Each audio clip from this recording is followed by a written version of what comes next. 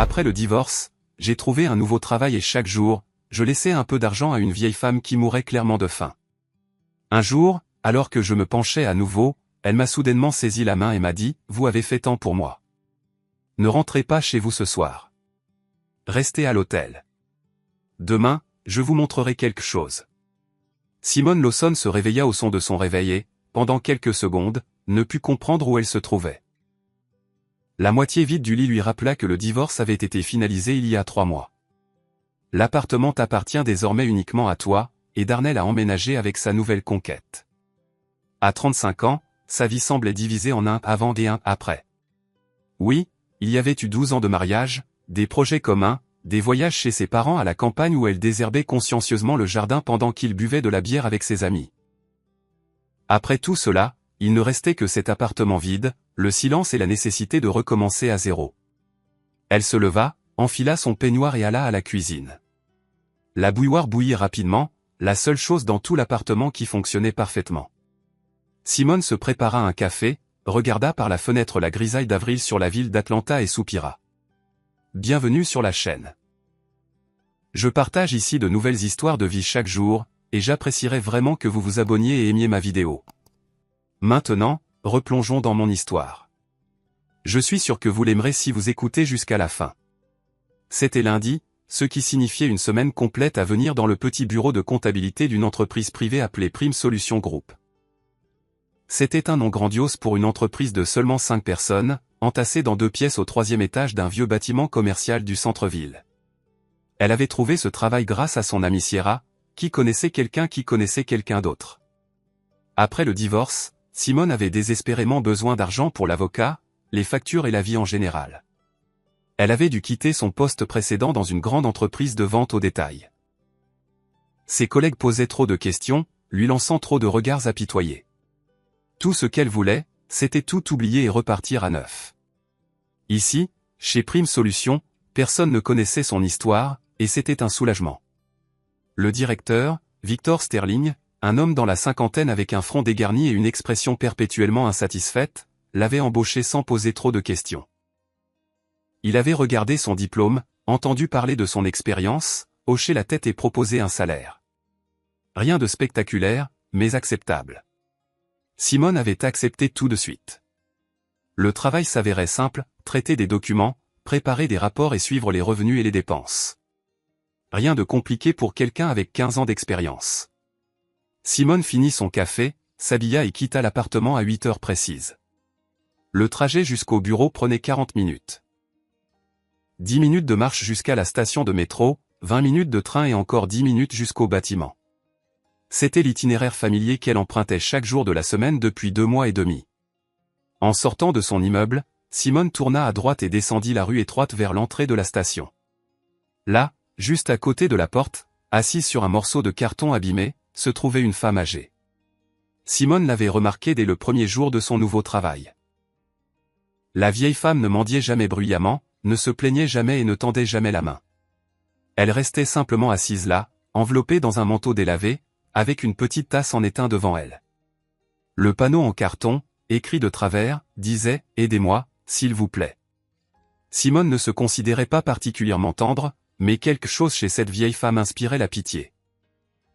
Peut-être était-ce son regard las, ou la façon dont elle était assise si calmement sans attente, comme si elle s'était déjà résignée à son sort. Dès ce premier jour, Simone commença à lui donner sa petite monnaie, 3 $, un billet de 5, tout ce qu'elle avait dans sa poche. La vieille femme hochait toujours la tête en marmonnant « Merci, ma chère ». Et Simone continuait son chemin. Cela dura 2 mois. Chaque matin, la même scène. La vieille femme à sa place, Simone déposant des pièces, un rapide échange de regards, puis le départ au travail. Parfois, elles échangeaient quelques mots, et c'est ainsi qu'elles apprirent à se connaître. La vieille femme s'appelait Madame Thelma May Jenkins. Elle avait 79 ans. Elle vivait quelque part dans les environs, mais elle ne pouvait pas rester chez elle, comme elle l'avait vaguement expliqué. Simone n'insista pas pour avoir des détails. Chacun a sa propre histoire. Si une personne ne veut pas partager, il doit y avoir une raison. Ce lundi matin, Simone s'arrêta de nouveau près de la vieille femme. La monnaie dans la poche de son jean tinta, environ 3 $ en pièces. Elle se pencha, tendit la main vers la tasse et sentit soudain son poignet saisi par des doigts secs mais étonnamment forts. Simone releva brusquement la tête. Madame Jenkins la regardait d'en bas, et ses yeux contenaient quelque chose d'anxieux, presque effrayé. « Écoutez-moi, ma chère. » chuchota la vieille femme sans lâcher sa main. « Ne rentrez pas chez vous ce soir. Vous m'entendez ? Sous aucun prétexte. » Simone essaya de retirer sa main, mais la prise était ferme. « Quoi, Madame Jenkins ? De quoi parlez-vous ? Dormez ailleurs. À l'hôtel, chez une amie, n'importe où sauf chez vous. Promettez-le-moi. » La voix de la vieille femme tremblait et ses yeux brillaient d'une étrange lueur. Simone sentit un frisson lui parcourir l'échine. Les gens passaient devant elle, pressés d'aller travailler, personne ne prêtant attention. « Madame Jenkins, êtes-vous sérieuse ? Que s'est-il passé ? » La vieille femme lâcha sa main et s'adossa contre le mur. « Venez ici demain matin. Je vous montrerai tout. Mais ne rentrez pas chez vous ce soir. Vous avez fait tant de bien pour moi. Laissez-moi vous le rendre. » Écoutez une vieille femme. Simone se redressa, regardant Madame Jenkins, confuse. La vieille femme se détourna comme si la conversation était terminée. Les passants continuaient d'affluer. Quelqu'un jeta une pièce dans la tasse, et la vieille femme hocha la tête machinalement, faisant un signe de croix. Simone resta debout quelques secondes de plus, puis se tourna et marcha vers la station. Ses pensées étaient embrouillées. Que était-ce que cela ? Un radotage sénile ou quelque chose de sérieux ? Peut-être que Madame Jenkins avait entendu ou vu quelque chose. Mais quoi exactement ? Et pourquoi aujourd'hui précisément ? Tout le long du chemin vers le bureau, Simone repassa l'étrange conversation dans sa tête. Entrant dans le bâtiment commercial, elle prit l'ascenseur jusqu'au 3e étage et poussa la porte marquée Prime Solution Group. Kayla, la secrétaire, une jeune femme dans la vingtaine qui passait le plus clair de son temps sur son téléphone, était assise à la réception. « Salut », marmonna Kayla sans lever les yeux de son écran. « Salut », répondit Simone en entrant dans son minuscule bureau. La journée de travail commença comme d'habitude. Facture, bordereau d'expédition, rapport de rapprochement. La routine la calmait habituellement, mais aujourd'hui, cela n'aidait pas. Les mots de la vieille femme résonnaient avec insistance dans sa tête, « Ne rentrez pas chez vous. Dormez ailleurs. » Vers midi, Simone décida de faire une pause et sortit dans le couloir pour prendre de l'eau à la fontaine. Elle y croisa l'agent de sécurité, Kevin Barnes, un homme dans la quarantaine avec une mâchoire carrée et une coupe en brosse. Il ne travaillait ici que depuis environ 1 mois et demi, et Simone lui parlait rarement, sauf pour dire bonjour. « Il fait chaud aujourd'hui », remarqua Kevin en s'approchant de la fontaine après elle. « Ouais, le printemps est arrivé tôt cette année », acquiesça Simone en versant de l'eau dans sa tasse. Kevin remplit sa tasse et demanda soudain. « Dites, dans quel quartier vivez-vous » La question la prit au dépourvu. Simone se tendit. « Pourquoi demandez-vous » ? « Oh, juste par curiosité. Le trajet est long. » « Ça va. Le train est tout près. » Elle évita de donner son adresse. Quelque chose dans cette question semblait étrange. Kevin hocha la tête, but son eau et retourna à son poste près de l'entrée. Simone resta dans le couloir, tenant sa tasse et le regardant s'éloigner. Pourquoi s'intéressait-il soudainement à son lieu de résidence ? Il ne se parlait presque jamais auparavant, et son intérêt soudain semblait suspect. De retour dans son bureau, Simone essaya de se concentrer sur son travail, mais ses pensées revenaient sans cesse à la conversation matinale avec Madame Jenkins. À l'heure du déjeuner, elle s'était presque convaincue que tout cela était ridicule, les fantasmes d'une femme âgée, et qu'elle ne devrait pas y prêter attention. Mais l'anxiété ne la lâchait pas. À 15 heures, Victor Sterling entra. Le directeur avait l'air préoccupé, tenant un dossier de documents. « Simone, j'ai une question pour vous », commença-t-il en tirant une chaise face à son bureau. « Ces factures de mars. Les avez-vous vérifiées ?» Simone prit le dossier et feuilleta les documents. C'étaient des relevés standards de travaux effectués qu'elle avait traités le mois précédent. « Oui, je l'ai fait. »« Pourquoi ? Qu'est-ce qui ne va pas ? » Il n'y a pas de signature des clients sur 3 des relevés. Les avez-vous vus ? Simone fronça les sourcils, regardant attentivement les documents. Victor avait raison. 3 relevés manquaient de signature client. C'était étrange. Elle vérifiait toujours ce genre de choses. Non, je n'avais pas remarqué ça. Quand je les ai reçus, les signatures y étaient. Je m'en souviens parce que je les ai spécifiquement recoupées avec le grand livre. Le directeur se frotta la nuque. HM. D'accord. Peut-être que je confonds les choses. Merci. Il partit et Simone resta assise à fixer la porte fermée. Quelque chose clochait définitivement.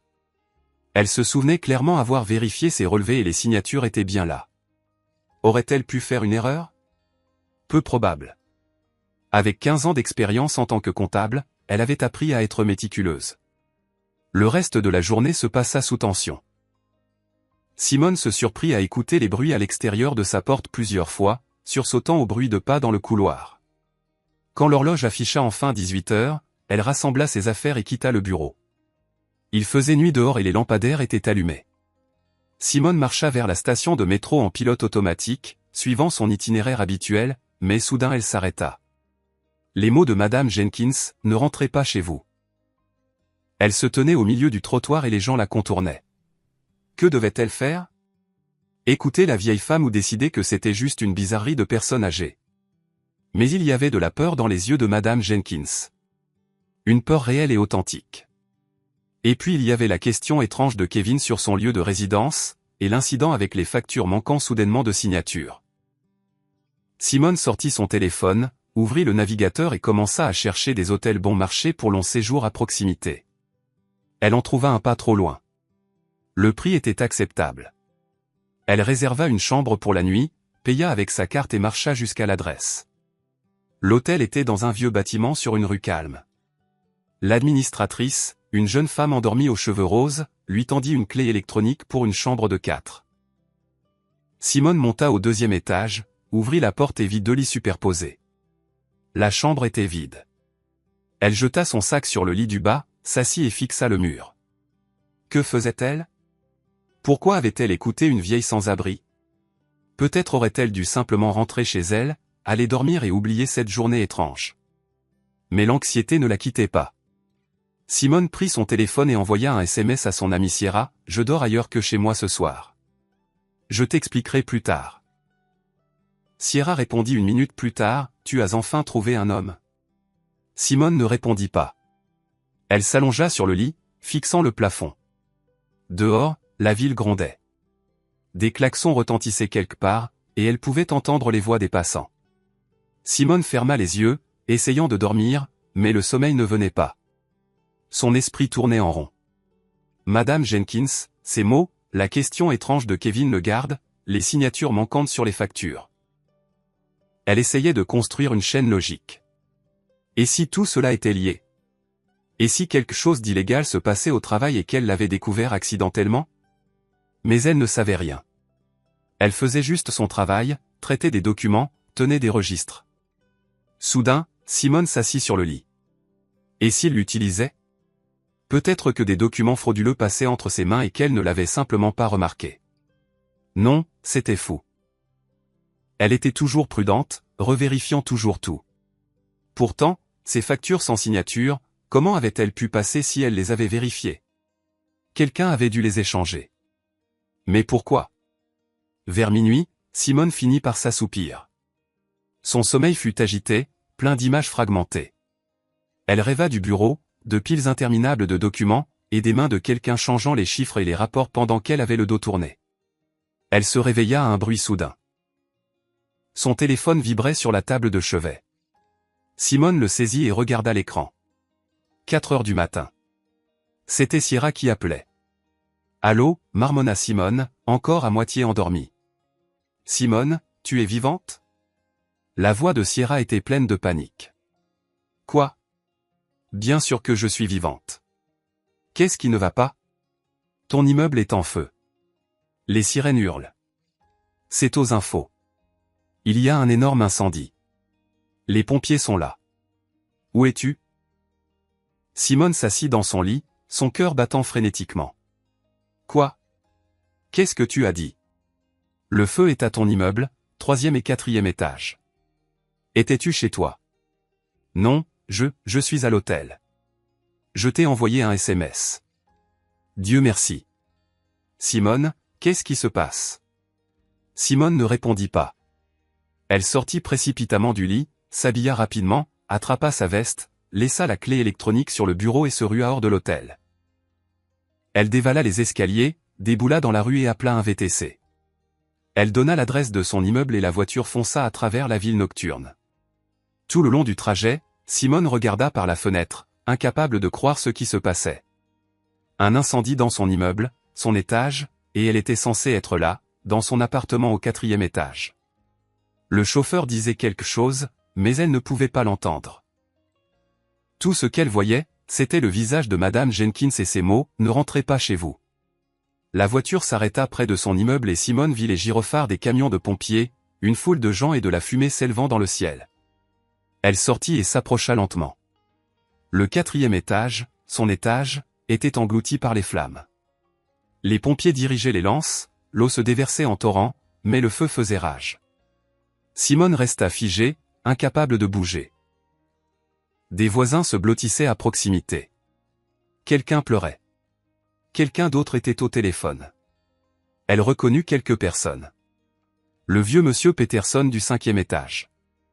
La jeune famille avec des jumeaux du 2e. Tout le monde était sous le choc. Simone. Quelqu'un appela son nom. C'était Madame Miller, sa voisine du dessous, une femme dans la soixantaine. Tu es sauve. Dieu merci, nous pensions que tu étais chez toi. Non. J'ai passé la nuit chez une amie. Mentit Simone automatiquement. Quelle bénédiction. Ton appartement. Tout est brûlé là-dedans. Chez les Green aussi. Ils sont sortis de justesse. Ils les ont emmenés à l'hôpital avec des brûlures. Simone hocha la tête, sans voix. Son appartement, tout ce qu'elle avait, meubles, documents, vêtements, livres qu'elle collectionnait depuis des années, tout avait disparu. Mais elle était vivante. Si ce n'avait pas été pour Madame Jenkins. Elle sortit son téléphone, les mains tremblantes, et vérifia l'heure. 6 heures du matin, encore tôt. Madame Jenkins avait dit de venir le matin, alors elle devait attendre que le soleil se lève pour aller la voir. La vieille femme avait promis de tout expliquer. Simone s'éloigna de la foule, s'appuya contre un immeuble voisin et ferma les yeux. L'incendie aujourd'hui, son appartement. Ce ne pouvait pas être une coïncidence. L'aube pointa lentement. Le ciel passa du rose à un gris lilas terne. Simone resta près de l'immeuble pendant plus de 2 heures, regardant les pompiers éteindre les dernières poches de flammes. Vers 6 heures du matin, un officier de police s'approcha d'elle, un jeune homme clairement épuisé par la nuit blanche. « Êtes-vous Lawson Simoner ?» demanda-t-il en vérifiant son carnet. « Oui, appartement 402 au 4e étage. »« C'est le mien. »« Vous n'étiez pas chez vous au moment de l'incendie ?»« Non, je restais chez une amie. » L'officier nota quelque chose dans son carnet. « Vous avez de la chance. Vos voisins, les Green, sont à l'hôpital en ce moment. Ils s'en sont sortis de justesse. Avez-vous une idée de la façon dont l'incendie a pu commencer ?» Simone secoua la tête. Dire la vérité sur l'étrange vieille femme? Sur son avertissement? Cela ressemblerait à un délire. Non, je ne sais pas. Très bien, les enquêteurs découvriront. Voici mon numéro. Appelez-moi si vous vous souvenez de quelque chose. Il lui tendit un morceau de papier et se dirigea vers ses collègues. Simone glissa le papier dans sa poche et vérifia l'heure. 6h30 dans une demi-heure, elle devait être à la station de métro. Madame Jenkins avait promis de tout lui montrer. Simone appela un VTC et se dirigea vers la station. Tout le long du chemin, elle regarda par la fenêtre, incapable de traiter ce qui s'était passé. Sa vie avait basculé en une nuit. Sa maison était brûlée, son appartement détruit, et tout ça parce que quelqu'un voulait la tuer. Parce qu'il n'y avait pas d'autre explication. L'incendie avait commencé juste à son étage, juste à son appartement. L'officier avait dit que l'enquête déterminerait les causes, mais Simone savait déjà que ce n'était pas un accident. La voiture s'arrêta à l'entrée de la station. Simone sortit, paya la course et regarda autour d'elle. L'endroit familier, l'entrée du métro, les kiosques à journaux, un kiosque à café, et à sa place habituelle sur le carton usé, était assise Madame Thelma May Jenkins. La vieille femme la vit et hocha la tête. Simone s'approcha et s'accroupit près d'elle. Madame Jenkins, je sais, ma chère. Dieu merci, tu as écouté. La voix de la vieille femme était calme, mais ses mains tremblaient. Elle fouilla dans le sac usé à côté d'elle et sortit un téléphone portable bon marché. Tiens, regarde. Simone prit le téléphone. L'écran affichait une photo. La qualité était médiocre. La photo avait clairement été prise de nuit, mais elle pouvait distinguer des choses. L'allée arrière d'un immeuble, mal éclairée par un seul lampadaire. 2 hommes se tenaient près de l'entrée de son immeuble tard dans la nuit. C'est mon immeuble, chuchota Simone, reconnaissant la silhouette familière. C'est ça, ma chère.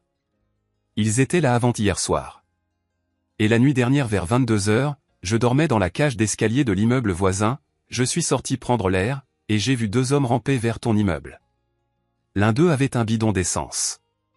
J'ai su tout de suite que quelque chose n'allait pas. J'ai sorti le téléphone et pris des photos. Ils sont allés au sous-sol, sont restés environ 15 minutes, puis sont sortis avec un autre bidon. Ils ont monté les escaliers de l'immeuble, puis ont couru dehors avec les bidons et ont disparu derrière la maison. Puis le feu a commencé. J'ai frappé à toutes les portes et crié au feu. Quelqu'un a appelé les pompiers. Simone fit défiler quelques photos de plus.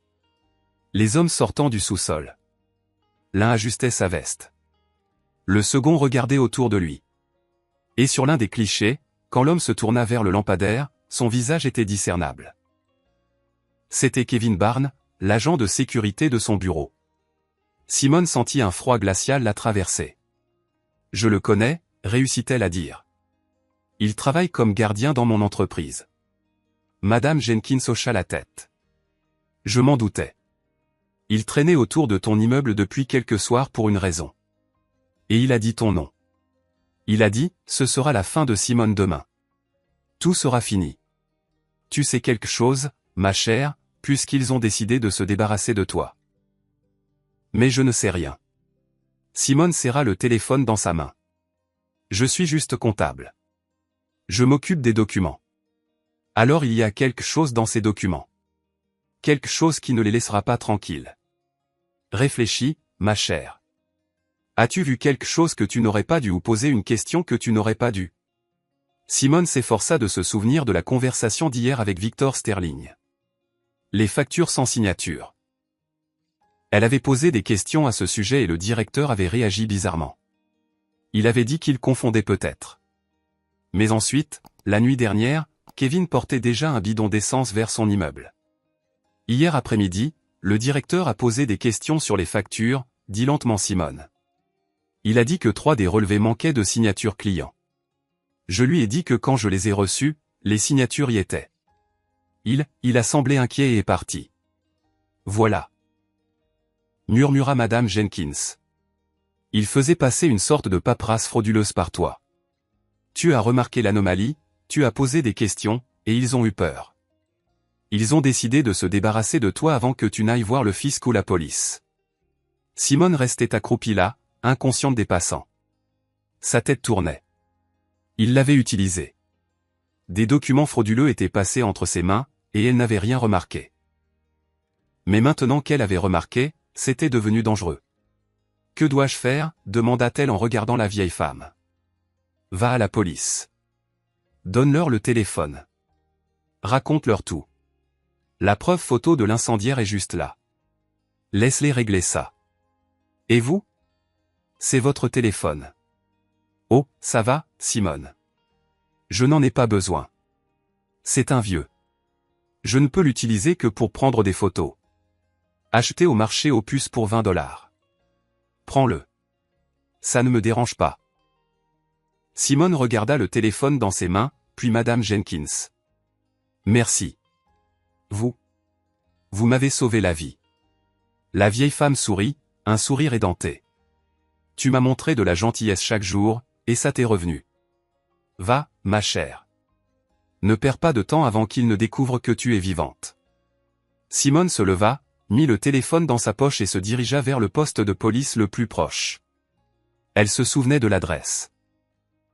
Elle avait vu le bâtiment de nombreuses fois en passant devant, à 10 minutes de marche. En chemin, elle appela Sierra, lui dit qu'elle allait bien et promit d'expliquer plus tard. Sierra insista pour la voir, mais Simone promit d'appeler le soir même et raccrocha. Le commissariat de police était logé dans un vieux bâtiment en briques.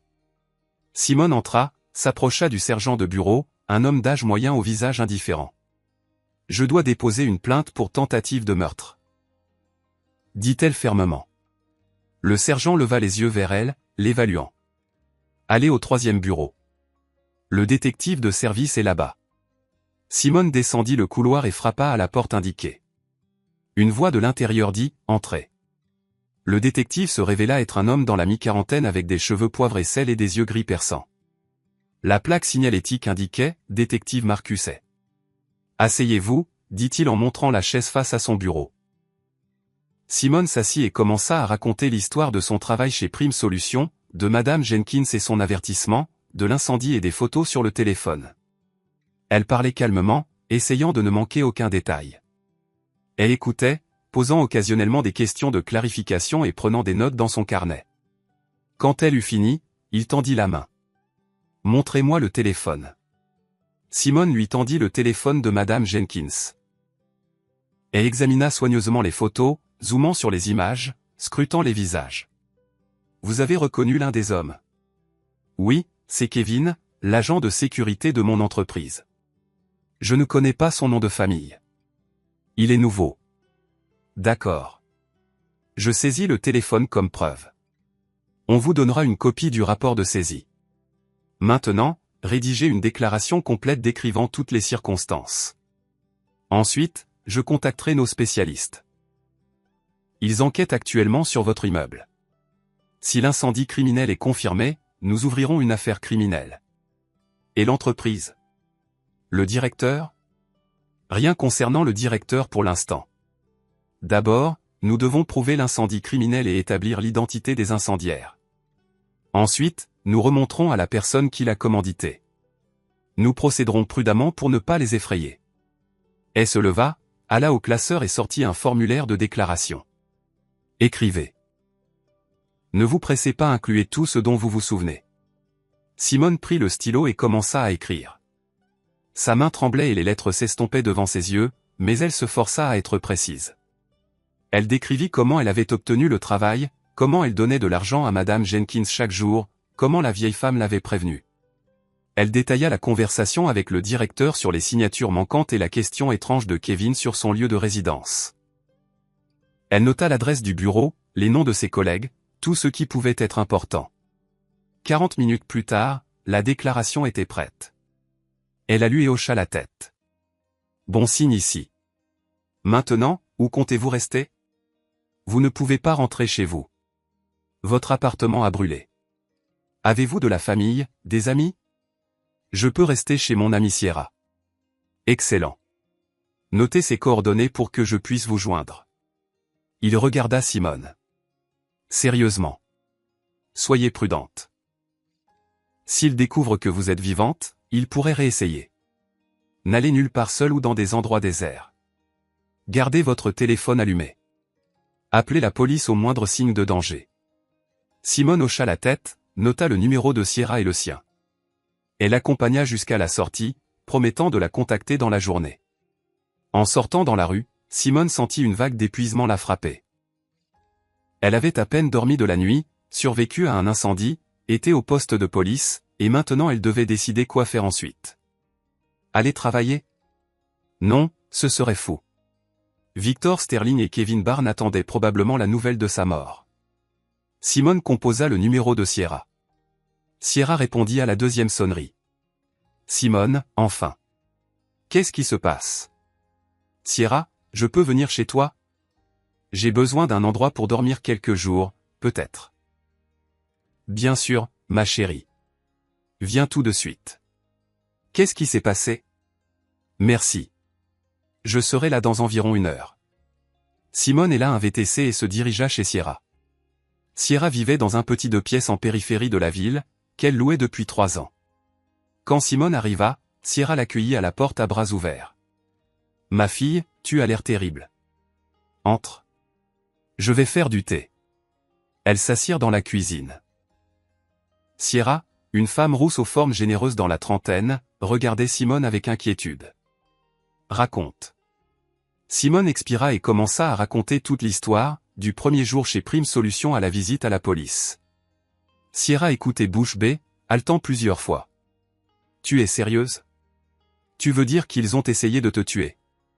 On dirait bien. Et maintenant? Peut-être que tu devrais te cacher quelque part. Quitter la ville. Non. Le détective m'a dit de rester en contact. Ils vont enquêter. Je dois attendre les résultats. Sierra secoua la tête. C'est terrifiant. D'accord, tu peux rester ici aussi longtemps que nécessaire. Le canapé se déplie. J'ai de la literie. Sois juste prudente, d'accord? Je ne veux pas qu'il arrive quoi que ce soit à ma meilleure amie. Merci, Sierra. Tu es une vraie amie. Elle s'étreignirent. Simone sentit les larmes monter, mais les retint. Elle ne pouvait pas s'effondrer. Elle devait rester forte et attendre. Le reste de la journée se passa dans une attente anxieuse. Simone était allongée sur le canapé, fixant le plafond, repassant les événements des dernières 24 heures. Comme tout avait changé rapidement. Hier matin, elle avait un travail, une maison, une vie routinière. Aujourd'hui, rien que des cendres et des questions. Ce soir-là vers 20 heures, le détective est à plat. Simone Lawson, je voulais vous tenir au courant. Les enquêteurs l'ont confirmé. L'incendie a été allumé intentionnellement. Des bidons d'essence étaient cachés dans le sous-sol. Le point d'ignition était près de votre appartement. Un accélérateur, probablement de l'essence, a été utilisé. Le feu s'est propagé au 3e et 4e étage. Votre appartement a subi les pires dégâts. La concentration de substance y était la plus élevée. Donc, ils ont essayé de m'assassiner délibérément. Tous les signes l'indiquent. Demain, nous commencerons à interroger les employés de votre entreprise. Nous procéderons prudemment sous couvert d'une inspection de routine. Pour l'instant, ne dites pas au directeur ni à personne d'autre que vous êtes vivante et que vous êtes allée à la police. Compris. Je vous tiendrai informé. Si quelque chose d'urgent arrive, appelez-moi n'importe quand. Simone le remercia et raccrocha. Sierra était assise à proximité, attendant nerveusement la fin de l'appel. Eh bien, incendie criminel confirmé. La police commence son travail. Écoute, peut-être que tu devrais vraiment allécher de la famille, comme tes parents. Mes parents ne sont plus là. Ma mère est décédée il y a 5 ans. Je ne connais pas mon père. Pas d'autres parents non plus. Alors reste ici. C'est plus sûr ensemble. Elle a l'air se coucher tard. Simone, allongée sur le canapé, écoutait Sierra se tourner et se retourner dans son lit et ne pouvait pas dormir. Les pensées se bousculaient. Que se passerait-il demain? Que dirait Victor Sterling quand il découvrirait qu'elle était vivante? Et Kevin, comment réagirait-il? Le lendemain matin, mercredi, Simone fut réveillée par le son d'un SMS. C'était Kayla, la secrétaire du travail. Simone Lawson, c'est Kayla, la secrétaire de Prime Solutions. Pourquoi n'êtes-vous pas venu travailler? Victor Sterling demande. Simone se figea. Que devait-elle faire? Répondre ou ignorer? Kayla, j'ai eu une urgence. Mon immeuble a brûlé. Je ne peux pas travailler pour le moment, écrivit Simone. Quoi? Sérieusement? Oh mon Dieu! Vous allez bien, fut la réponse. Je vais bien. Dis à Victor Sterling que je prends quelques jours de congé pour m'occuper des papiers et du logement. D'accord, je lui dirai. Je suis désolé d'entendre ça. Tiens bon. Simone posa le téléphone et regarda Sierra, qui se tenait dans l'embrasure de la porte avec une tasse de café. C'était qui? Le travail. Ils demandent pourquoi je ne suis pas venu. Et tu leur as dit? Tu ne penses pas qu'ils vont commencer à te chercher maintenant? Je leur ai parlé de l'incendie, mais pas du fait que je sais que c'était criminel. Sierra hocha la tête, lui tendant la tasse. Bois ça, et voyons la prochaine étape. Mercredi était couvert. De lourds nuages obscurcissaient le ciel. Simone était assise dans la cuisine de Sierra, buvant sa 3e tasse de café et essayant d'organiser ses pensées. 2 heures s'étaient écoulées depuis le message de Kayla, et pendant ce temps, Simone réalisa une chose. Elle ne pouvait pas rester assise à ne rien faire. Elle devait agir. « Écoute », dit Sierra en entrant dans la cuisine avec son ordinateur portable. « Je pensais, tu as dit que le directeur avait posé des questions sur les signatures manquantes sur les factures. As-tu des copies de ces documents ?» Simone fronça les sourcils. « Ils sont au bureau sur mon ordinateur de travail, mais je ne peux pas y aller maintenant. » « Et tes emails ? Tu t'es envoyé des fichiers ? » « Je le faisais parfois, oui, par commodité. Pour pouvoir vérifier des choses à la maison si quelque chose ne correspondait pas. Alors vérifie tes emails. Peut-être qu'il y a quelque chose dedans. » Simone prit l'ordinateur portable, ouvrit sa boîte de réception et fit défiler les emails des 3 derniers mois. En effet, elle s'était transférée plusieurs fois des documents, des feuilles de calcul, des rapports et des factures. Elle ouvrit les fichiers un par un, examinant le contenu. La plupart des documents semblaient standards, mais un fichier attira son attention. C'était le rapport de mars qu'elle avait préparé pour Victor Sterling. Simone l'ouvrit et parcourut les lignes. Dépenses et revenus normaux de l'entreprise, loyer du bureau, salaire des employés, achat d'équipement. Attends. Simone se concentra sur un élément. Service de conseil. Vector Consulting LLC. 87 000 $. Presque 100 000 $ pour du conseil. Simone fronça les sourcils. Elle se souvenait avoir traité ce paiement elle-même. À l'époque, il lui semblait étrange qu'une petite entreprise comme Prime Solutions dépense autant pour du conseil, mais Victor Sterling avait insisté, disant que c'était un partenariat important.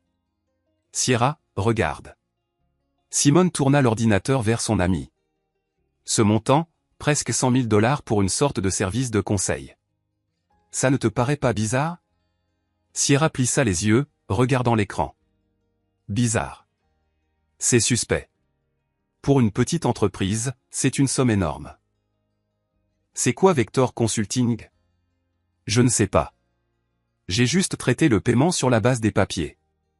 Cherchons-les en ligne. Sierra prit l'ordinateur et tapa le nom de l'entreprise dans le moteur de recherche.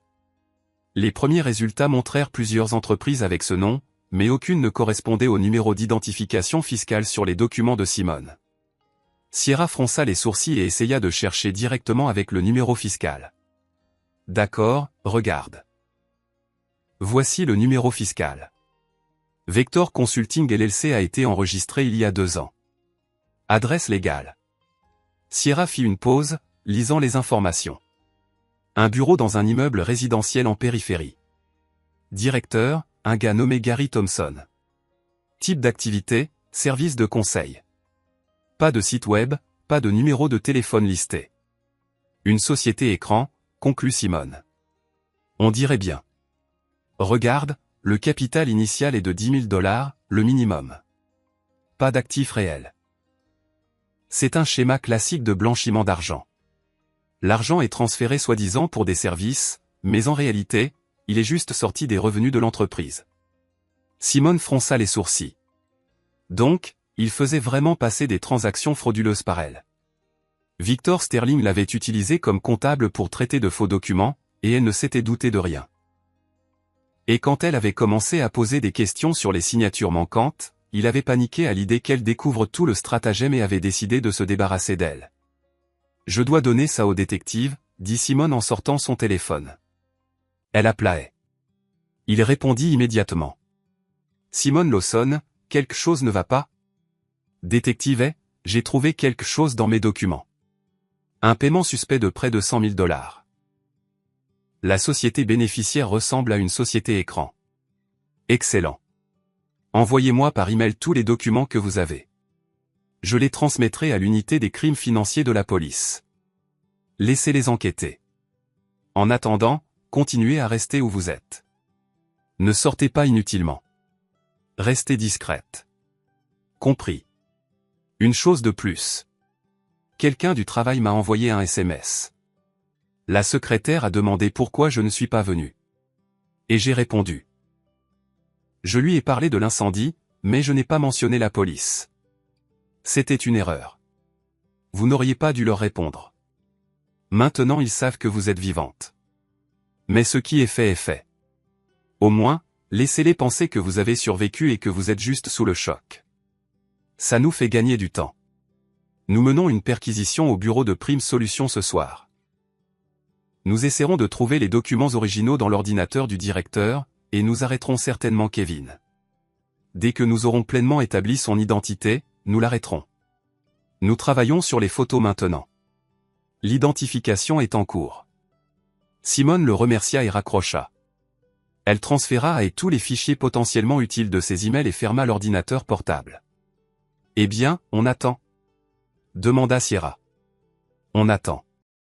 Le reste de la journée s'étira d'une lenteur insupportable. Simone allait sans cesse à la fenêtre, regardant la rue, vérifiant son téléphone. Sierra essayait de la distraire, mettant une série, proposant de jouer aux cartes, mais rien n'y faisait. La tension montait à chaque minute. Vers 19h, Kayla appela Simone. Simone Lawson, vous ne croirez pas ce qui se passe ici. Qu'est-ce qu'il y a? Simone fit semblant d'être surprise. La police est arrivée avec un mandat de perquisition. Ils ont tout retourné. Victor Sterling hurle. Kevin Barnes a disparu. Simone Lawson, vous allez bien? Est-ce lié à l'incendie? Je ne sais pas, Kayla. Je suis à l'hôtel en ce moment, je m'occupe des papiers et du logement. Ne t'inquiète pas, ils vont régler ça. Simone raccrocha et regarda Sierra. La perquisition a commencé. Ils sont rapides. Tu penses qu'ils vont trouver quelque chose? Je l'espère. Une demi-heure plus tard, et à plat. Simone Lawson.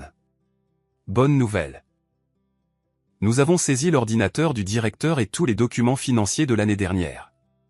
L'analyse préliminaire montre que des transactions frauduleuses totalisant environ 500 000 $ ont transité par votre entreprise.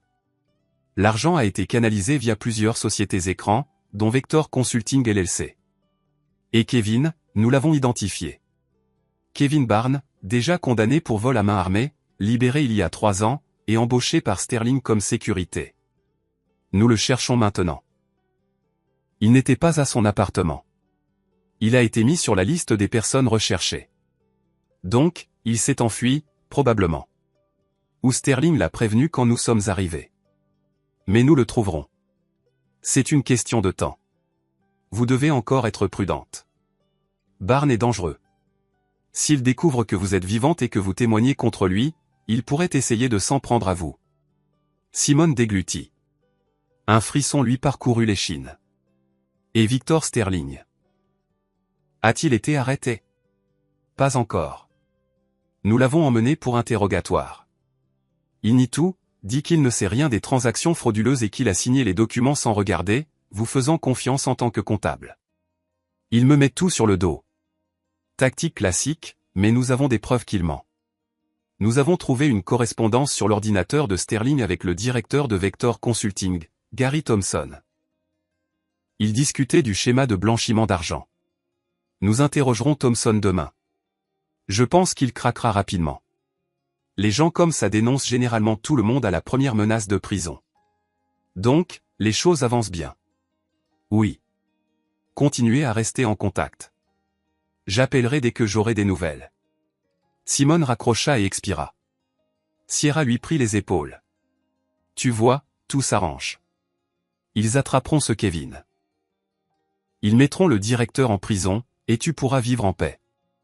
Je l'espère, répondit Simone doucement. Elle dormit mal cette nuit-là. Elle fit des cauchemars, Kevin avec un bidon d'essence, les flammes engloutissant l'appartement, ses propres appels à l'aide. Elle se réveilla en sueur froide, s'assit sur le canapé et écouta le silence de l'appartement. Sierra dormait paisiblement. Sa respiration était régulière. Simone enviait son calme. Jeudi matin, elle fut réveillée par un appel. Elle saisit le téléphone et vit le numéro de Hay. Allô, Simone Lawson. Nous avons des nouvelles. Thompson a été arrêté hier soir. Il a avoué. Il a confirmé que Sterling avait organisé le schéma de blanchiment d'argent via des sociétés écrans. Thompson recevait un pourcentage pour sa participation. Victor Sterling a été officiellement arrêté, inculpé de fraude criminelle. Un dossier pour tentative de meurtre le vôtre a également été ouvert. Sterling nie son implication dans l'incendie, mais nous savons qu'il a donné l'ordre à Kevin Barnes. Et où est Kevin? Nous l'avons trouvé il y a 1 heure. Il essayait de quitter la ville en bus. Il a été arrêté à la gare routière. Il est au poste maintenant pour témoigner. Il a avoué que Sterling l'avait payé $10 000 pour brûler votre maison. Il a engagé une autre personne pour l'aider, Dwayne The Ghost Harris, un autre associé criminel. Harris est déjà en garde à vue. Simone sentit un poids énorme quitter son âme. Donc c'est fini. Ils ont attrapé tous les suspects principaux. Oui, l'enquête est en cours. Nous rassemblons des preuves et préparons le dossier. Vous devrez faire une déclaration officielle, mais cela peut être fait à votre convenance. Le danger est passé. Merci. Merci beaucoup. Pas de problème. Vous vous êtes sauvé vous-même en écoutant cette vieille femme. En parlant d'elle, nous aimerions prendre sa déposition. Pouvez-vous nous mettre en contact avec elle? Simone réfléchit un instant. Elle s'assoit généralement près du métro à la station de Cature chaque matin. Mademoiselle Thelma May Jenkins. Excellent. Nous la trouverons. Merci encore pour votre coopération. Prenez soin de vous. Et raccrocha. Simone posa le téléphone et couvrit son visage de ses mains. Les larmes coulaient, des larmes de soulagement, d'épuisement et de tout ce qu'elle avait enduré. Sierra s'approcha et l'étreignit. Qu'est-ce qui s'est passé? Mauvaise nouvelle? Non. Simone sanglota. Bonne nouvelle. Ils les ont tous attrapés. C'est fini. Sierra la serra fort. Ils sont là. C'est bien. Tout ira bien. Elles restèrent ainsi quelques minutes jusqu'à ce que Simone se calme. Puis elle se lava le visage, but de l'eau et se rassit sur le canapé. Tu sais ce qui est étrange, dit-elle en regardant par la fenêtre. Je n'ai travaillé dans cette entreprise que 2 mois et demi, et j'ai failli mourir.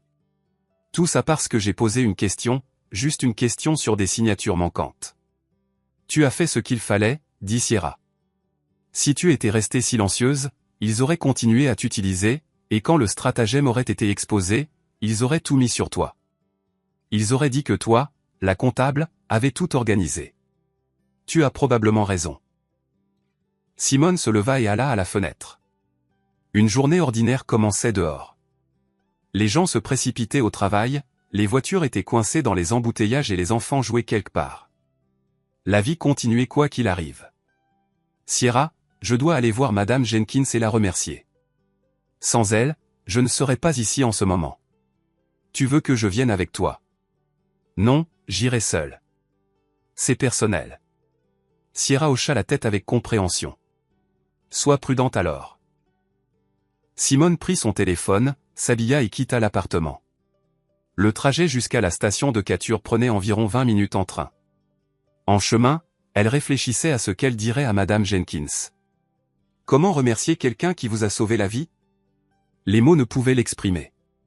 En sortant du métro, Simone regarda l'endroit familier, kiosque, stand, foule de gens. Et là, près du mur sur le carton usé, était assise Mademoiselle Thelma Jenkins dans le même manteau délavé avec la même tasse en étain devant elle. Simone s'approcha et s'accroupit à côté d'elle. Madame Jenkins. La vieille femme leva les yeux et sourit. Ah, ma chère, je vois que tu es vivante et en bonne santé, donc tout s'est arrangé. Oui, ils les ont tous attrapés. Le directeur et le gardien. Grâce à vos photos, vous m'avez sauvé la vie. Madame Jenkins agita la main avec dédain. Oh, ce n'est rien. J'étais juste une femme qui se trouvait au bon endroit au bon moment. Tu t'es sauvée en m'écoutant. Si ça n'avait pas été toi, alors quelque chose d'autre serait arrivé. Le destin est comme ça. Si tu dois survivre, tu survivras. Et si tu dois mourir, tu ne peux pas fuir. L'important, c'est que tu as été gentil avec moi. Tu me lançais de la monnaie chaque jour, tu disais bonjour, tu me traitais comme une personne, pas comme une mendiante. Cette gentillesse t'est revenue. Simone sortit une enveloppe de sa poche. À l'intérieur se trouvaient $500. Tout l'argent qui lui restait après l'incendie. S'il vous plaît, prenez ceci. Ce n'est pas un paiement pour m'avoir sauvé. C'est juste de tout cœur. Madame Jenkins regarda l'enveloppe, puis Simone. Ma chère, tu as besoin de l'argent toi-même. Ta maison a brûlé. Ton appartement a disparu. Je recevrai l'argent de l'assurance. Je trouverai un nouveau travail. Vous en avez plus besoin en ce moment. S'il vous plaît, prenez-le. Ne refusez pas. La vieille femme prit lentement l'enveloppe et la glissa dans la poche de son manteau. Merci, ma chère. Que Dieu te bénisse. Tu es une bonne personne. Simone l'étreignit, sentant la vieille femme trembler. Fragile, petite, mais avec un esprit si fort. Madame Jenkins, où vivez-vous? Peut-être que je peux aider d'une manière ou d'une autre. La vieille femme soupira. Nulle part, ma chère. Je dors ici, là, dans des cages d'escalier, à la gare routière. Mes enfants m'ont coupé les vivres. Mes petits-enfants ne me connaissent pas. Mon chèque de sécurité sociale est petit. Ce n'est pas suffisant pour un logement. Simone sentit son cœur se serrer. Aimeriez-vous vivre dans une maison de retraite? Vous auriez un toit au-dessus de votre tête, de la nourriture, des soins médicaux. Madame Jenkins secoua la tête. J'aimerais bien sûr, mais la liste d'attente est énorme, et ce sont surtout des privés. Je ne peux pas me le permettre. Je vais aider, dit fermement Simone. Je le promets. Dès que j'aurai un peu remis ma propre vie en ordre, je m'occuperai de la vôtre. Vous méritez une vieillesse paisible. La vieille femme la regarda avec gratitude. Tu es un ange, ma chère. Un véritable ange. Elles restèrent assises un peu plus longtemps à parler de choses triviales. Madame Jenkins raconta à Simone comment elle s'était retrouvée à la rue. Son mari était mort il y a 10 ans. Ses enfants avaient déménagé à travers le pays et avaient cessé d'aider. Elle avait dû vendre l'appartement pour payer les dettes de son mari. Simone écoutait, pensant à quel point le monde était injuste. Cette femme avait vécu une longue vie, élevé des enfants et fini à la rue. Madame Jenkins, je vous promets que je ne vous abandonnerai pas, dit Simone en se levant. Je reviendrai quand tout sera réglé, et nous vous trouverons un endroit convenable. Va, ma chère, et sois heureuse. Tu es bonne, et la vie te le rendra avec gentillesse. Simone dit au revoir et retourna vers le métro. Son cœur se sentait chaud. Malgré toutes les difficultés, elle était vivante. Les criminels étaient arrêtés. Et maintenant, elle avait un but, aider la personne qui l'avait sauvée. Les 2 semaines suivantes passèrent en un éclair. Simone fit des dépositions au détective, rencontra un avocat et s'occupa de la demande d'indemnisation pour son appartement brûlé. Le processus fut long et épuisant. La compagnie d'assurance exigeait d'innombrables documents, attestations sur l'honneur et évaluation d'experts. Simone conduisait d'un bureau à l'autre plusieurs fois par jour, collectant la paperasse. Elle restait chez Sierra, et son amie ne se plaignait jamais, même si l'exiguïté était perceptible. Un 2 pièces pour 2 est une épreuve, même pour les meilleurs amis.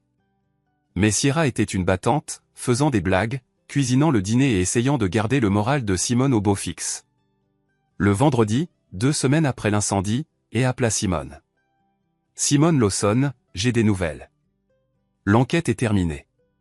Le dossier a été envoyé au tribunal. Victor Sterling est accusé de fraude et de tentative de meurtre. Kevin Barnes et Dwayne Harris sont accusés de tentative de meurtre et d'incendie criminel. Gary Thompson recevra une peine pour complot de fraude. Tous les accusés sont en détention en attente de leur procès. Quand est le procès? Dans 2 ou 3 mois au plus tôt, vous serez appelés pour témoigner, mais c'est une formalité. Les preuves sont suffisantes. Ils ont tous avoué. Donc, je peux enfin vivre en paix. Oui, la menace a disparu. Au fait, une autre nouvelle. Vous vous souvenez de Madame Jenkins, la vieille femme? Nous avons pris sa déposition. Elle a confirmé qu'elle avait vu les incendiaires et les avait photographiés. Son témoignage a été inclus dans le dossier comme preuve importante. C'est une bonne femme, Madame Jenkins. C'est dommage qu'elle vive dans la rue.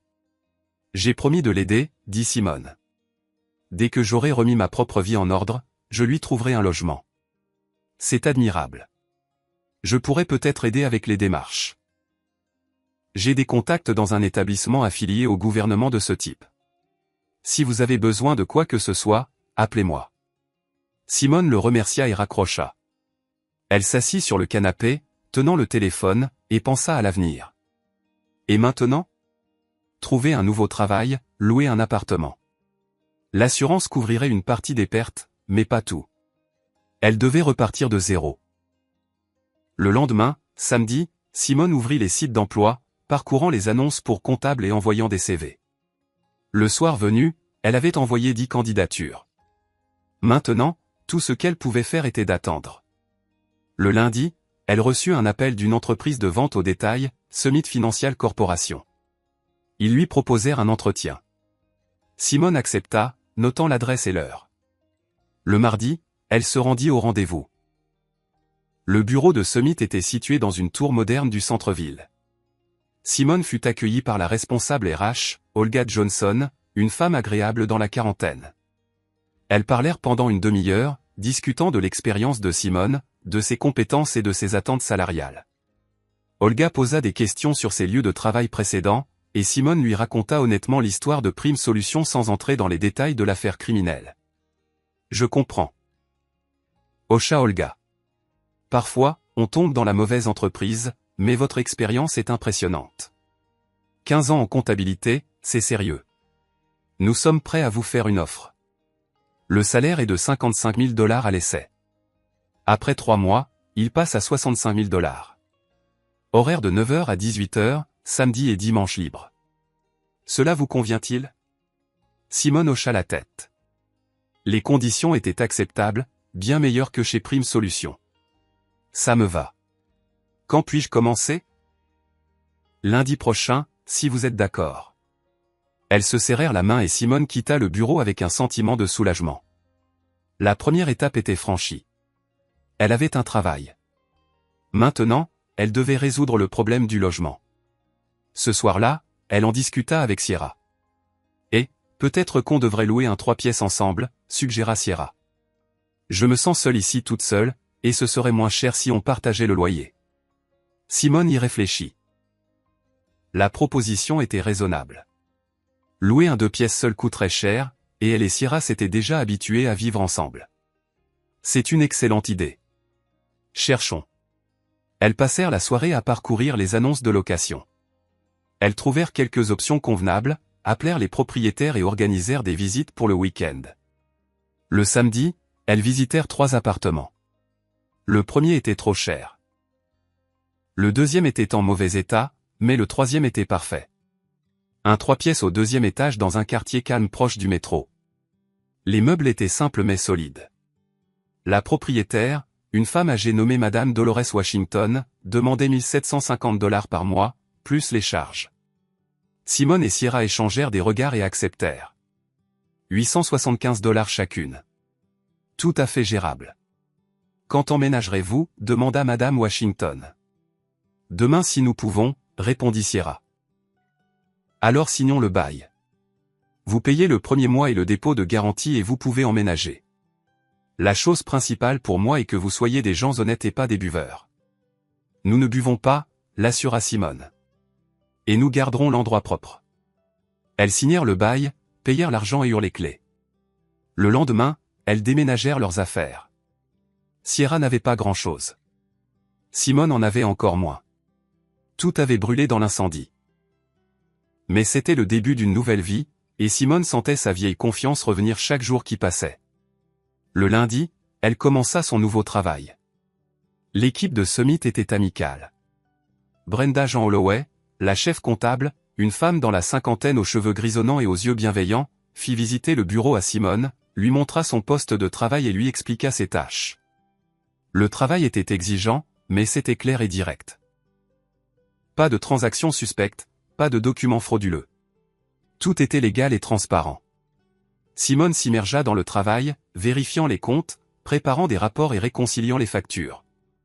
La routine était apaisante. Elle restaurait son sens de la stabilité.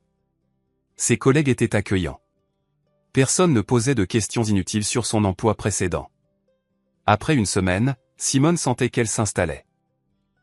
Mais les pensées concernant Madame Jenkins occupaient toujours son esprit.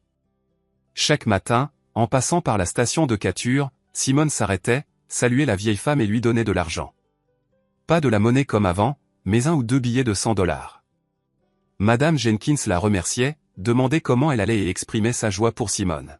« Ma chère, tu as déjà tant fait pour moi, disait la vieille femme. Tu n'as pas besoin de me donner plus d'argent. Vis ta propre vie. Madame Jenkins, j'ai promis de vous aider à entrer dans une maison de retraite, et je vais le faire. Ça prend juste du temps. » Simone commença à chercher des informations sur les maisons de retraite de la ville. Il s'avéra qu'il y en avait des publiques et des privées. Les publiques étaient gratuites, mais la liste d'attente était énorme. On pouvait attendre des années. Les privées étaient chères, commençant à 2500 $ par mois. C'était une somme importante pour Simone, mais elle n'allait pas abandonner. Elle se souvint de l'offre de d'aider avec un établissement public et l'appela, lui rappelant sa promesse. Quelques heures plus tard, il rappela Simone et lui donna le numéro de la directrice d'une maison de retraite en périphérie de la ville. L'établissement s'appelait les Jardins de la Sérénité.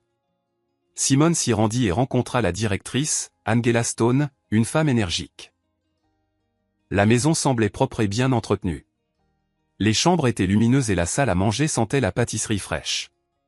Les résidents âgés étaient assis dans la salle commune, regardant la télévision et jouant aux dames. « Nous avons une place, dit Angela. Une chambre individuelle. Vous pouvez amener votre protégé pour une visite. Laissez-la voir à quoi ça ressemble. » Simone organisa cela, et le lendemain elle amena Madame Jenkins au Jardin de la Sérénité.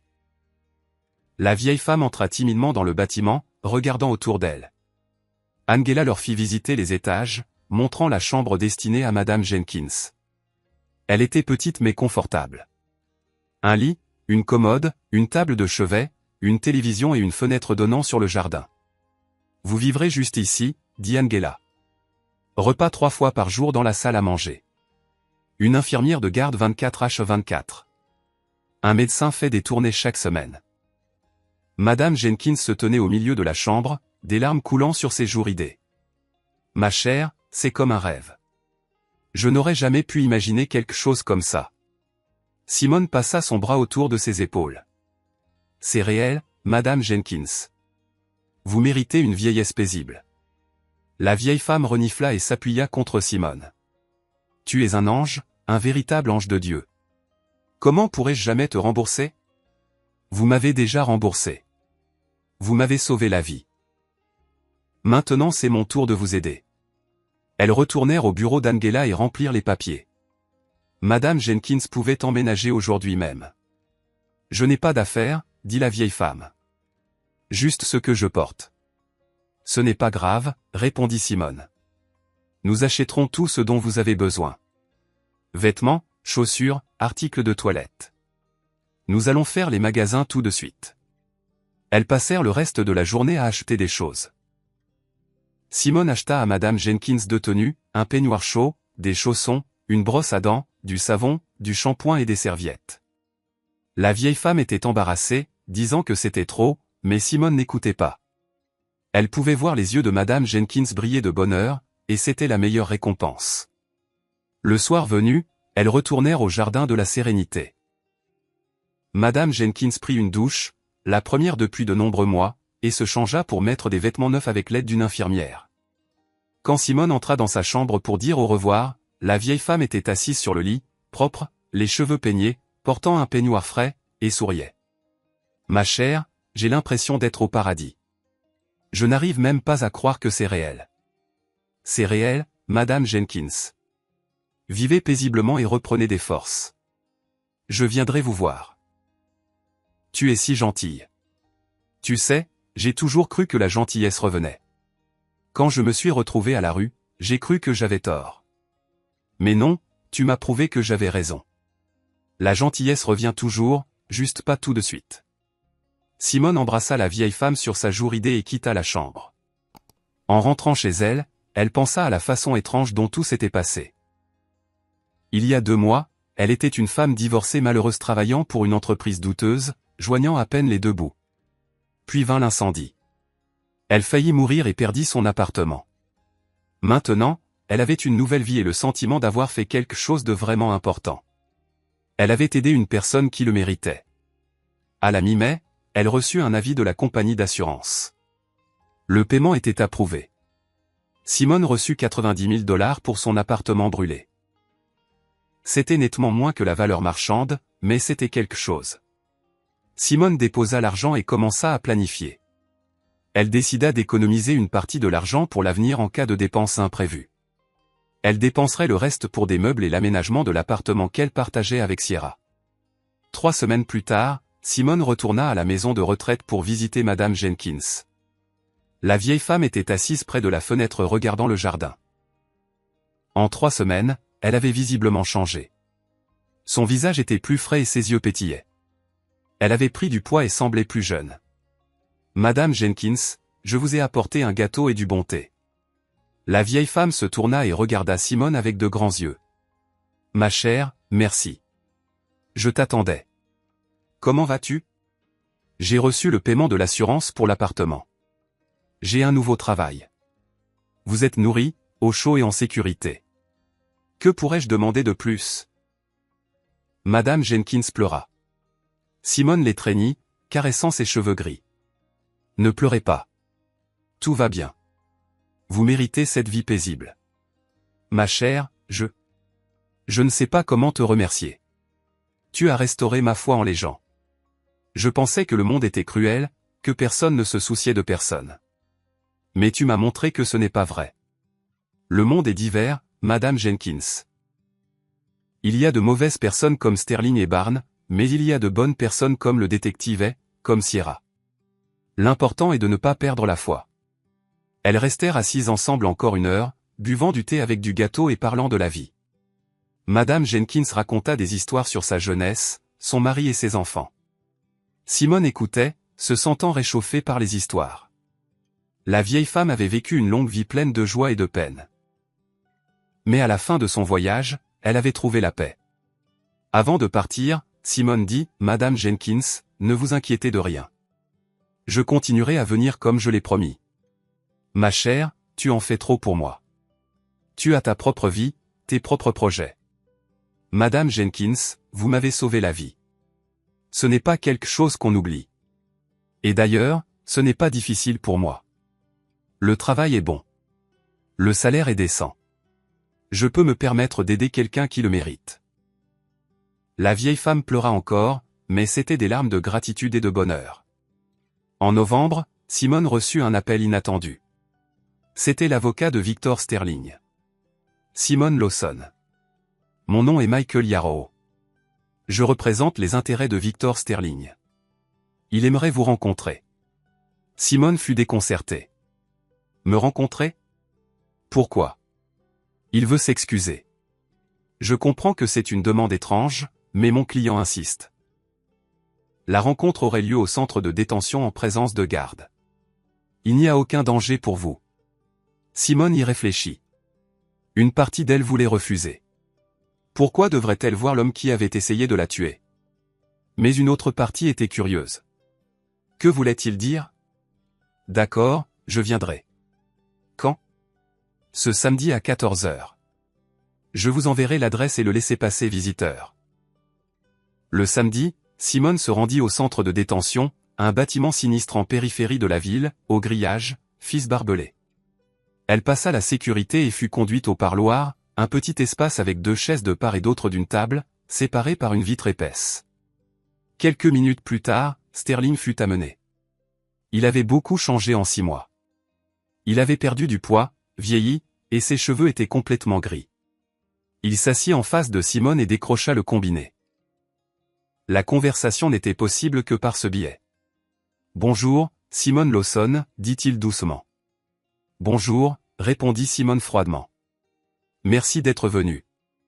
Je voulais m'excuser.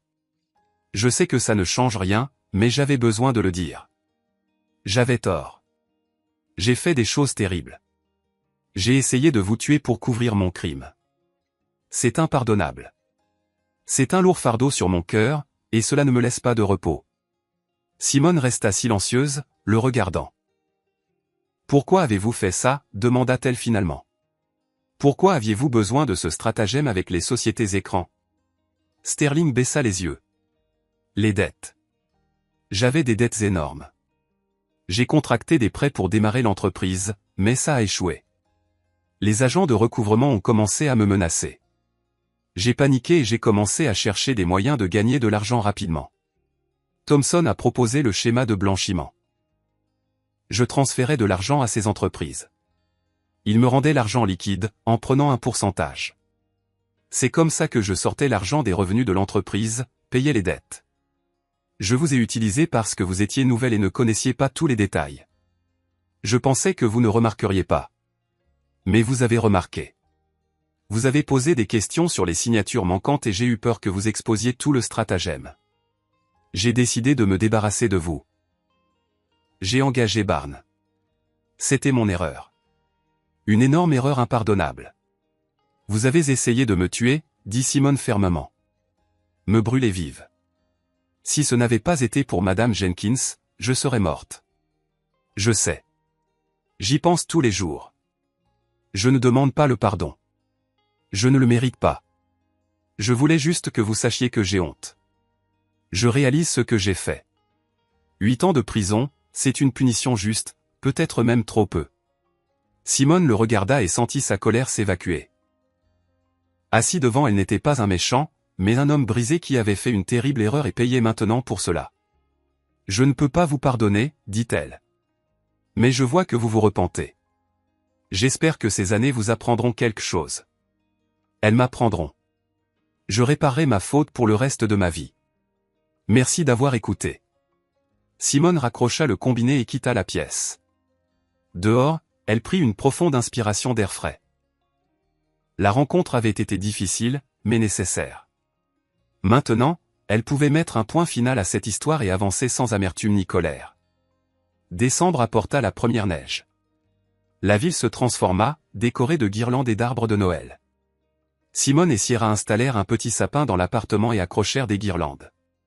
La veille du Nouvel An, Simone alla au jardin de la Sérénité pour souhaiter de joyeuses fêtes à Madame Jenkins et lui donner un cadeau. Un plaid chaud et une boîte de chocolat. La vieille femme l'accueillit d'humeur festive. « Ma chère. Bonne année. Je suis si contente de te voir. » Elles s'assirent dans la chambre, burent du thé et parlèrent de leurs projets pour la nouvelle année.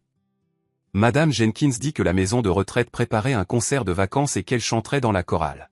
« Tu sais, ma chère, je regarde cette dernière année de ma vie comme la plus heureuse, dit-elle.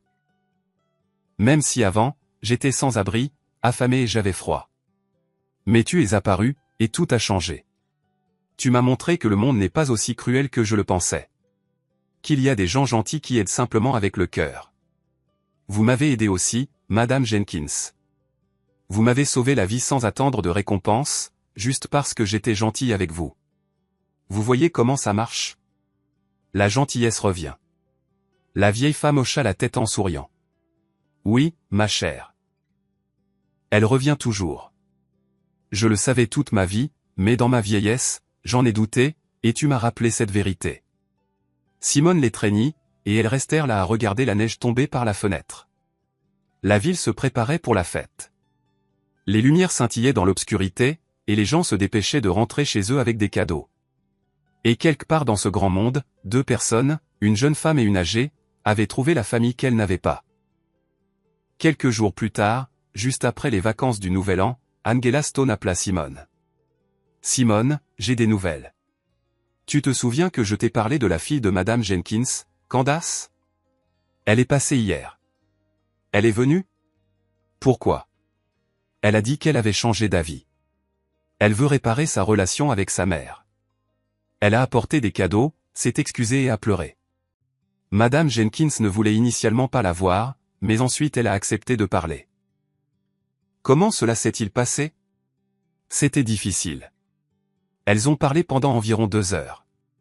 Candace a expliqué qu'elle avait été égoïste, qu'elle avait honte de son passé et qu'elle réalisait son erreur. Madame Jenkins a écouté et pleuré. À la fin, elles se sont réconciliées. Candace a promis de venir chaque mois et a même proposé de ramener sa mère chez elle, mais Madame Jenkins a refusé. Elle a dit qu'elle était heureuse ici et ne voulait pas partir. Simone sourit. Donc, Madame Jenkins avait un autre système de soutien dans sa vie. Sa fille était revenue. Peut-être que son fils reviendrait à la raison un jour aussi. C'est une merveilleuse nouvelle, Angela. Je suis si heureuse pour Madame Jenkins. Elle m'a demandé de te dire qu'elle veut vraiment que tu continues à venir. Elle dit, tu es comme une fille pour elle. Bien sûr, je continuerai à venir. Absolument. Simone raccrocha et réfléchit. L'histoire s'était bien terminée pour tout le monde. Les criminels étaient punis.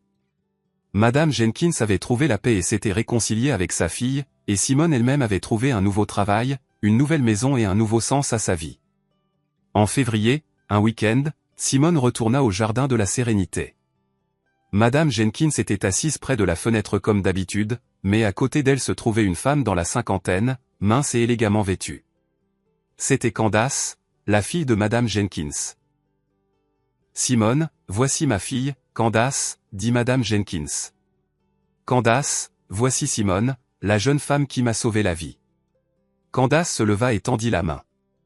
C'est un plaisir. Maman m'a beaucoup parlé de vous. Merci pour tout ce que vous avez fait pour elle. J'étais une mauvaise fille, mais vous m'avez montré ce que signifie être humain. J'ai honte de mon comportement, mais j'espère me rattraper. Simone lui serra la main. L'important, c'est que vous soyez revenu. Madame Jenkins est heureuse, et c'est ce qui compte le plus. Elles burent du thé toutes les trois et discutèrent. Candace parla de sa vie, de son mari, de ses enfants et les petits-enfants de Madame Jenkins, qu'elle prévoyait d'amener rencontrer leur grand-mère. La vieille femme écoutait, et le bonheur rayonnait de ses yeux. Quand Simone partait, Madame Jenkins l'accompagna jusqu'à la sortie. Tu vois, ma chère, tout s'est arrangé.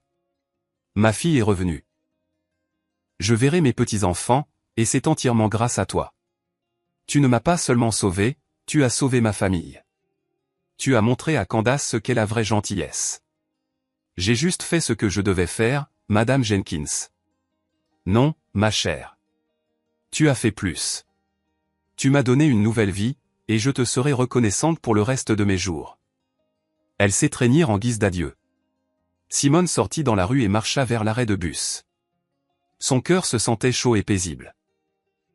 La vie continuait, et elle était pleine de sens. Plusieurs mois passèrent encore. Simone continua de travailler chez Summit. Brenda Jean Holloway l'a promue. Elle était maintenant comptable senior. Sierra trouva un petit ami et elle et Simone discutèrent de la possibilité que Sierra emménage avec lui, mais elles décidèrent de ne pas se précipiter. Chaque chose en son temps. En mai, Simone célébra son anniversaire, 36 ans. Sierra organisa une petite fête à l'appartement, invitant collègues et amis. Même Madame Jenkins vint avec Candace. La vieille femme avait l'air merveilleuse, heureuse, entourée d'attention et aimée. Elle porta un toast. À ma chère Simone, pour m'avoir montré, à moi et à nous tous, que la gentillesse n'est pas morte dans ce monde. Pour m'avoir sauvé sans attendre de récompense, et pour le fait que la gentillesse revient toujours. Tout le monde leva son verre, et Simone sentit les larmes monter aux yeux. Il y a un an, elle était seule, perdue et ne savait pas quoi faire de sa vie.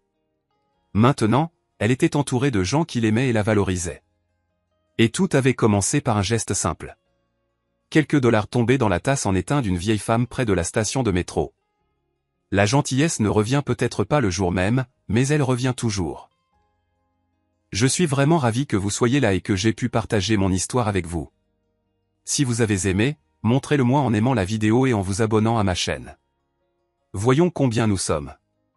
Écrivez dans les commentaires de quelle ville vous regardez et quelle heure il est. Je suis si curieuse de savoir d'où vous nous écoutez, vous tous, gens merveilleux. Action. Не вижу.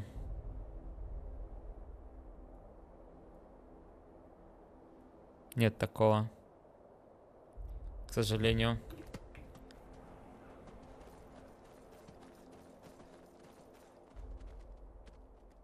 А это что за хуи там? Ой, блядь, идите нахуй! Не, я ебал рот бандитов 20 уровня фармить. Да, все, не стреляй, я ухожу. Это одна бандитка на дороге 20 уровня меня оно взрывала кинжалом обычным. А тут, блядь, спот целый. Да все, чудик. Да отъебитесь от меня, блядь.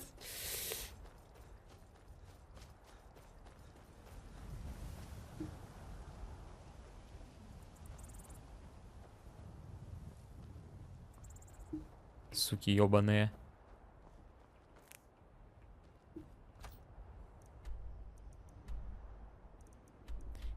Возможно, стоило еще взять сразу среднего уровня бандитов. Может быть, я смог бы их пофармить. А то легкого уровня бандиты слишком То легкие. есть бандиты 20 уровней равно страшно. А когда Варфабий на 30 уровне пытался отца игры 150 уровня убить, это нормально. Там Рфади вообще, блядь, дисбаланс. Чё? Рфади это нормально, блядь. Рфади почему-то нормально, когда на 20 уровне ваншотал, блядь, чела 80-го, нормально. Там вообще дисбаланс по уровням.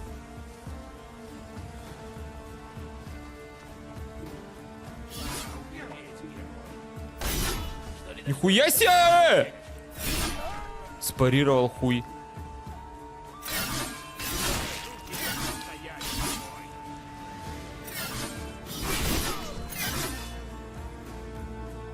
Я пока этого чела долбил, я кому-то голову отрубил, да?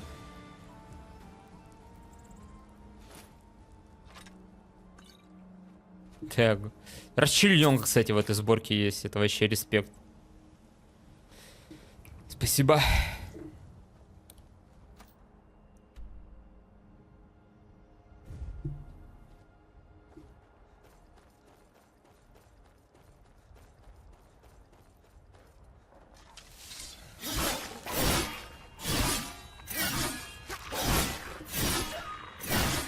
Тут имеется баланс по уровням, ёпт. Это прикольно. Так.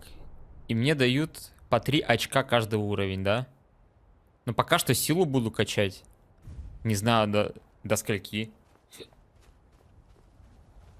Пока вроде не требуют никаких других стат, шмотки, да? Типа вот у меня железная броня. Сила требует. Это ловкость. Ловкость. Двуруки силу требуют. Двурук силу. А арбалет? Железный арбалет тоже силу требует. Баланс. Баланс в этой сборке имеется. Баланса в Requiem for a Balance не имеется почему-то, блять. Он именно разъебанный в щепки нахуй там. А тут как будто имеется баланс. Есть такой вайб.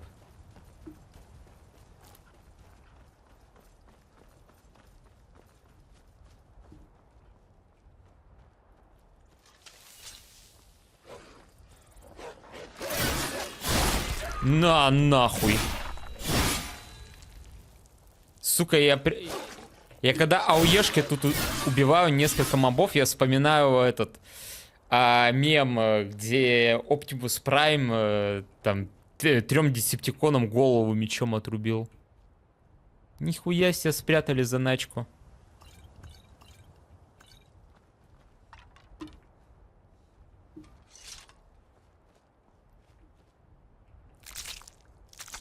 Давайте свои сердца сюда.